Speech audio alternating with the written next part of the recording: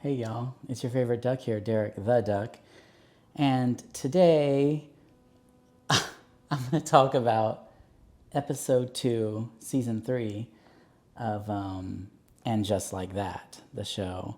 I don't know why I keep watching this. Last week I swore I wasn't going to watch any more of this ridiculous show, but what can I do? I'm hate watching it, and it reminds me of New York. I haven't been to New York. I travel. I mostly talk about travel on this channel, but I haven't been to New York in a while. I thought that watching this would be some kind of vicarious living, but I haven't stopped watching it. Because I am paying for HBO, or someone is. It's free with my AT&T. But yeah, so I watched this episode, and if you just look at the synopsis from HBO, here's how they set up the episode. Here's what they say when you click on it on Carrie tries to interpret Aiden's texting style. That's what the episode's about.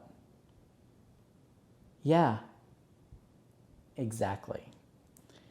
Why is this a show? You know, I've put weird emojis on things, and no one films that in Manhattan with me wearing a ball gown, but apparently it's okay for her to do that. And I don't know what's going on with her. That one, the Kristen, Charlotte, she's completely forgotten how to act. Bless her heart. I don't know what happened. I think I read somewhere that if you play a character for too long, and she's been playing this one for decades, eventually you're no longer playing them. You're just playing a caricature of what you think they are. And so she just walks around with these big old eyes like a doe, and she's like, "What?" And she's got that sing-songy voice, and she talks to everyone like they're her dog. She's like, "Well, today we are going to school." And she's got and she just acts the whole time with her eyes and her neck. She just moves her neck like that, and then her eyes are real big, and that's it. That's all she did this episode. That's all she did. And then the other one, the LTW, she just walked around with this school project which had all the planets on it, and she wanted to wear those planets as a necklace, like last week, how she wore whatever was on the coffee table as a giant necklace.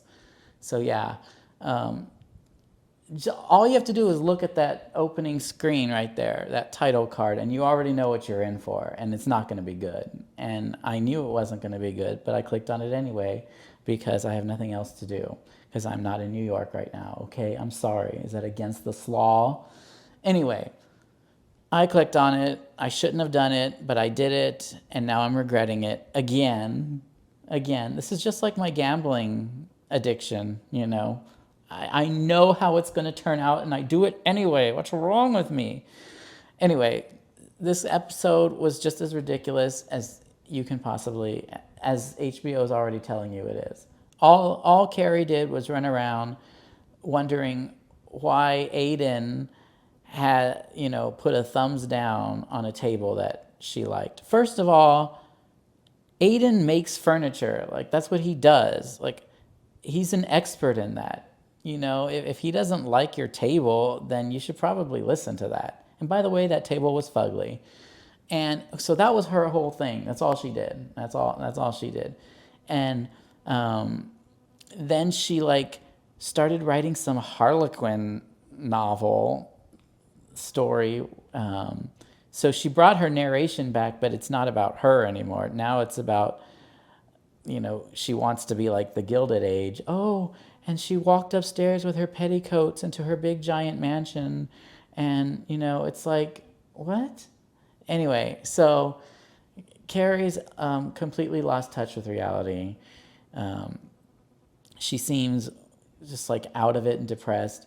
She's waiting for Aiden, who said that he may or may not come back in 5 years. And, she tells everyone this story, and she expects them all, because she is so main character syndrome. She expects everyone to just be okay with it. And Anthony was the only one who called her out on it and said, hello, has anyone said that that's kind of weird that you're going to have to wait around? And she just like was so rude to him and then she made him apologize. And every time I turn on this show, she's making someone else apologize. And so last week she was like, Anthony, apology accepted. And on this one, she says the same thing to Aiden because Aiden walks into the house unannounced or something, which she should be excited about, right? She doesn't have to wait 5 years.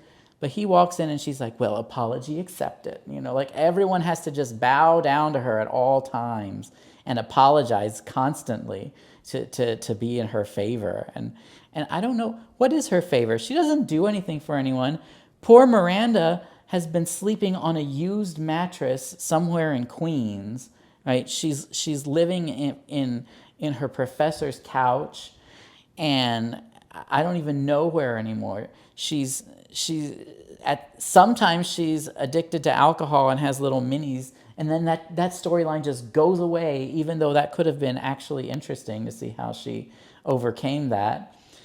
But she's like really fallen upon hard times. She's in this they show her this episode. She's in this tiny little office with boxes. It's mostly like a storage unit. And does Carrie offer, hey, I live in a big old giant mansion with about 20 rooms and 18 bathrooms.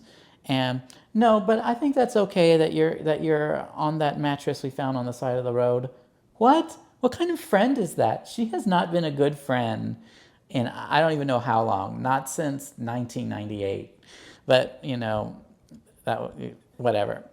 So I don't know what's going on with poor Miranda either. Miranda looks like she may be hooking up. It looks like she's completely forgotten Rosie O'Donnell. And now she's thinking maybe she's going to hook up with Dolly Wells, who's an awesome actress. I always liked her in Doll and M and other shows she's been in. She's an HBO regular. First of all, no one's really addressed her switch from dating men to dating women. So she did date Che, who was a non-binary, and now she's dating women, which is fine. But if you watch the old Sex and the City, she used to mock poor Samantha when Samantha was trying to date a woman. Miranda was, being so rude to poor Samantha and said, oh, okay, so you just decided that you're going to date women? Well, I decided that I'm a fire hydrant. That's what Miranda said. And that was so inconsiderate of her to say. And now look at her. She just is doing the exact same thing. I mean, I can't even...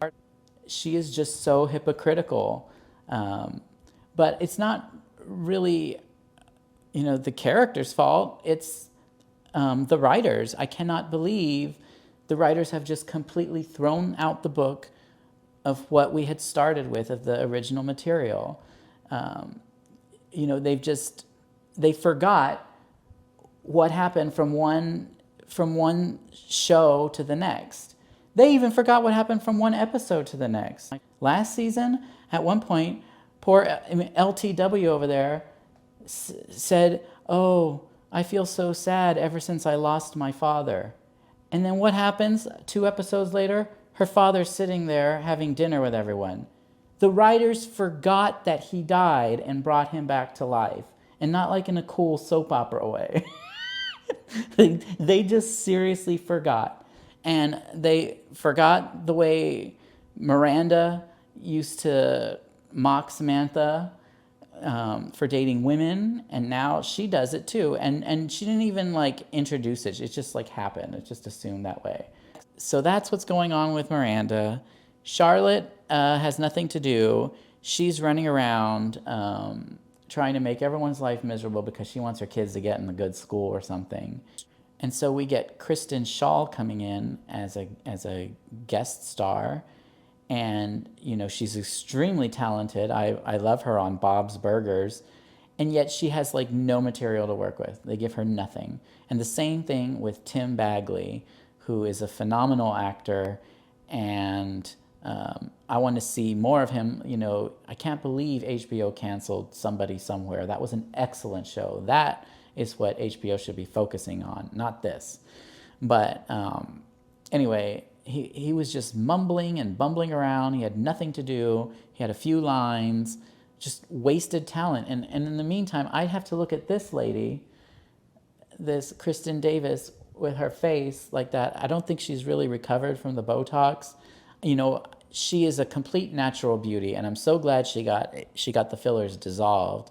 But it like did something to her, and I feel really sad because she's just not acting anymore, or she just forgot how to act. I don't know what's going on. But I have to watch that the whole episode, and I don't get to watch Tim Bagley. I don't get to watch Kristen Shaw. And Sherry O'Terry came. She is another phenomenal talent, and she had to deal with Sema. And Sema was just as insufferable as she always is. She spent the whole time arguing with Sherry O'Terry about how no man in the world is good enough for her, you know, and she's not willing to compromise. And, you know, I'm all for that. You know, I don't do relationships myself, you know, but I wish Sema would just own that. You know, she should just be like on AbFab or something, and just, she should be the patsy to Carrie's Adina, and they should just grow old and be fabulous and not need no mans or whatever. But Sema instead spends all her time running around trying to look for the perfect man, and she shuts them down, each one of them, just like that. Like, there's a whole montage of her doing that in this episode, where she sits with them, they say one word, and she just tells them their whole life story and how they're ridiculous, and then makes them pay for her drink. I'm like, no. She's wasting their time, she's wasting her time, she's wasting Sherry O'Terry's time, and worst of all, she's wasting my time. Again, I would say that's kind of a good synopsis of this entire episode. It's just a complete waste of time. But you can already tell that by reading that, because all it's going to be about is Carrie trying to interpret Aiden's texting style. So do yourself a favor and stop watching this hot mess of a show. I know I'm saying that. I know I'm saying I'm not going to watch it anymore, but we already know we already know Wednesday night I'm going to be glued to the screen, and I don't care what it says. The synopsis for next week is probably going to say something like, oh, Charlotte's dog looks at her the wrong way and she obsesses over it. And that's going to be the show, and I'm going to watch it. I'm going to watch every minute of it. I'm going to hate watch it too. And Miranda, in this episode too, she even talks about hate watching a show. She, first of all, okay, I don't know who does this. Miranda is walking around in their like office coffee room, and these two colleagues are watching a show on full blast on their phone's speaker. All right. Now, the old Miranda would have said, excuse me, did anyone ask if that was okay? That everyone, like, not everyone wants to hear your phone on speakerphone. You know, these are the same degenerates I have to deal with on my Frontier Airlines flights, but let's not even go there. Who does that? You're not, put headphones on or put it on mute with closed captioned, or if you're the only ones there and you've checked around, then it's okay. But no, it's not okay to just walk around with that main character syndrome with your phone on full blast at all times. And Miranda does the same thing herself. She's all into it, and she's got her phone on full blast running around as if, you know, she is TV. You know, and she does that at restaurants too. You know, like those kids who can't get off their iPad. No. And Miranda's watching like trash TV, and it's kind of a callback to the old show, right? Where Miranda would sit and watch Jules and Mimi, and she would clap, you know, wearing her moisturizing gloves, and, you know, yeah, That was great. That was peak Miranda. That's the Miranda we liked. The Miranda who ate cake out of a trash can, you know. At least she was relatable, right? But anyway, now she's obsessed with her shows and she says, "Ooh, I hate watch them. I hate watch them." And you know that's the writers, I don't know if they're subliminally saying that or whatever, but they know, they have to know by now that a lot of people are hate watching this show. So take that with what it's worth. I don't even know anymore. So yeah, I'm gonna hate watch it next week.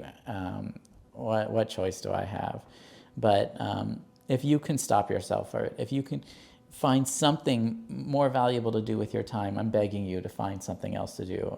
I've been searching everywhere, and I don't think there's anything else for me to do. Maybe go bowling. I don't know. So anyway, and just like that, whatever.